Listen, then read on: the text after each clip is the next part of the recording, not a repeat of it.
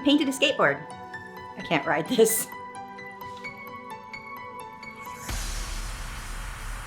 Today's video is a collaboration with a new skateboard company, Anno Domini. They've got some pretty awesome stuff. I will have a link to their website in the video description. You can also order my surreal lion painting that I did a while back.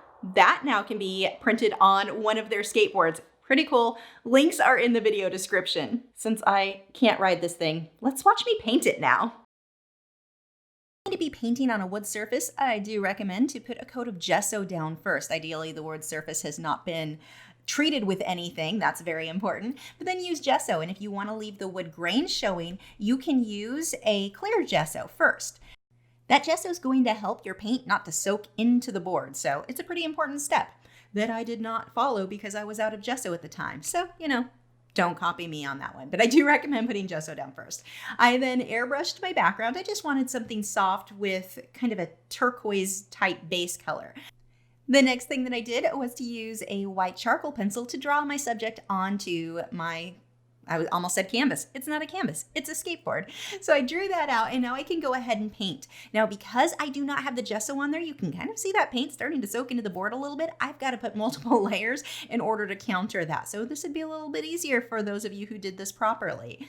I'm going to just loosely block in about where I want my lights and darks to go. Nothing here needs to be exact. You're going to see how many layers will go on top of this. Nothing's a big deal here. I'm just trying to figure out about where everything is going to go. Now, in areas where I don't have a lot of white down first, like that orange area I just painted, that blue background is going to show. If you need that orange or whatever color you're painting on top of a dark background to really stand out, you want to paint it white first. If you paint it white, your titanium white is going to be one of your most opaque colors. Paint that white first. Then if you wanted orange or pink or whatever color you want on top, it's really going to stand out, even if your background is very, very dark. Painting some details on the beak there. Again, it's kind of funny to watch the transition in this because this does not have to look good just yet. And it really won't until the end. Look how scary that layer is. Remember, when you're painting, you're going to go through a lot of very ugly stages. This is not something to worry about or panic about.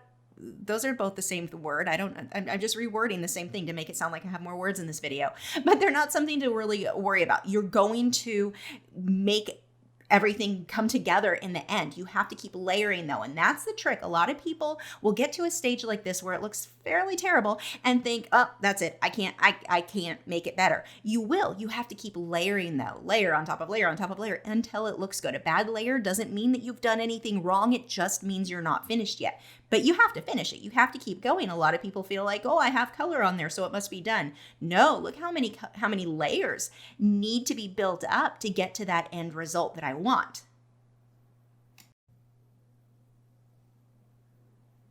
And none of those layers, if you had a layer that didn't come out really quite how you wanted, none of those layers are a waste of time. A lot of people think, well, it would have been better if I just got it right the first time. No, because all of those previous layers, it's subtle, but they still show through your other layers later on. Most of this paint is fairly translucent. So you're going to see some of those layers show through your final layers. And it's kind of like you have accidental detail. It's great. It just builds up more depth. So it's not a bad thing at all.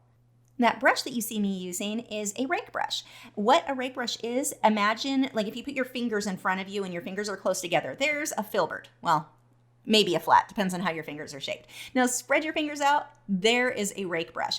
And so with one brush stroke, I can get a whole bunch of little brush strokes all together. So it makes it so that getting those feathers goes very, very quickly. And I still have to layer and do details on top of it, but it gives me a really nice base pretty fast.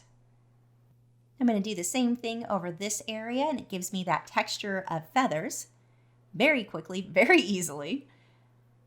And like I said, I don't want to leave it this way. I'm going to go over it and refine things with a smaller brush, with like a liner or a round brush. If you just use a rake brush, things have a tendency to come out very stiff, very unnatural, but it is a really nice way to get that base layer.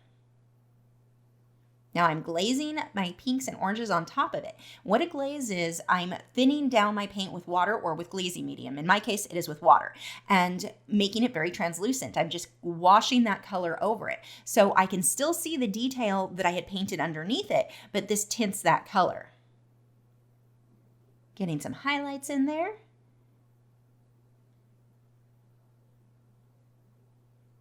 I'm really looking at my reference photo and watching which direction my feathers go in.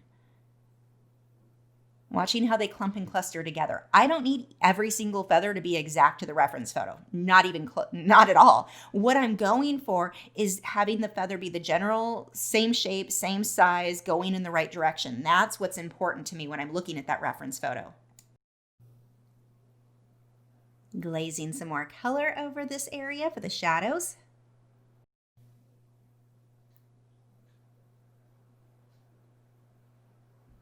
One common thing that a lot of people are worried about is this idea of overworking their painting. If you can't overwork something that's not done. If you kept working on it, it's because you weren't happy with how it looked at that time. Now, does that mean you can't make things look worse? Sure, you can make things look a little bit worse.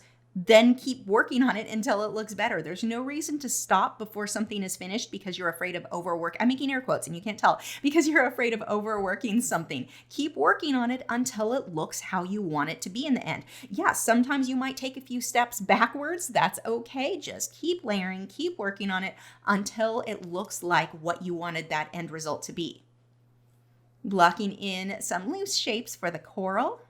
Not worrying about shading or anything really too much here. Now we'll come through with some highlights. Even more highlights.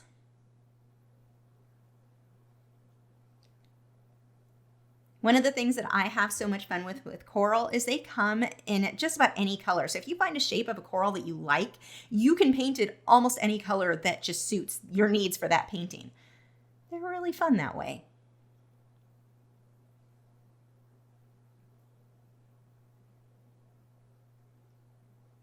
More highlights.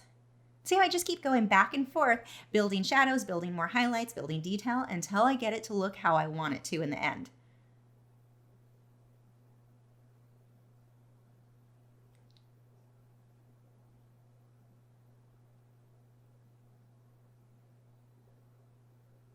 This area looks super, super dark. It's not, it's just because of the angle of the skateboard.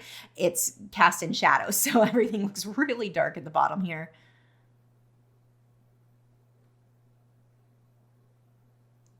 Paint the surface of the water.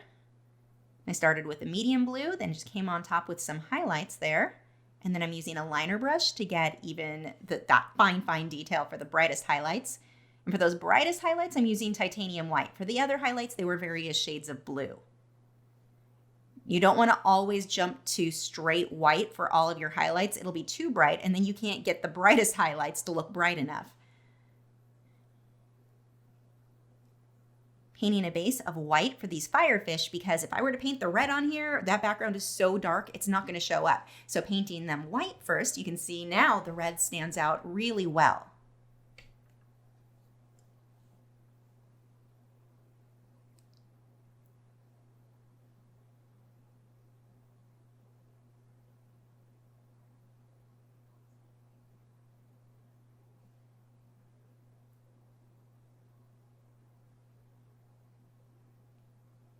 Some final details, then we need to paint some bubbles.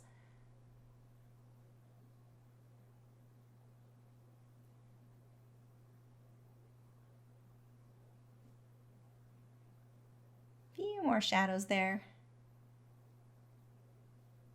And highlights. I swear, bubbles are coming soon. There they are. A few bubbles will finish this guy up. And there we go. That is my finished painting. This skateboard here will be hung on my wall. I'm not going to be putting wheels on it, or whales. There will be no whales or wheels on this skateboard at all. It's going to hang on my wall for display. Again, if you wanted to order one of my paintings on one of these skateboards, I will have a link in the video description where you can get my surreal lion printed right on your own skateboard. Pretty cool. Please don't break your necks. Can you see the fish? Look, little cute firefish. Throughout this process of me painting this, I heard from people who know me apparently way too well, way too many times, "You're not gonna ride that, are you?" No, I'm not. I know I'm clumsy. Have you subscribed yet? If not, I have a handy button right there. It's round, has an orange arrow going towards it. If you click on that, that'll help you to keep up to date with all of my new art videos every single week and all my live streams. You may also want to sign up for my email newsletter because YouTube doesn't generally notify people of anything anymore, so that's also an option.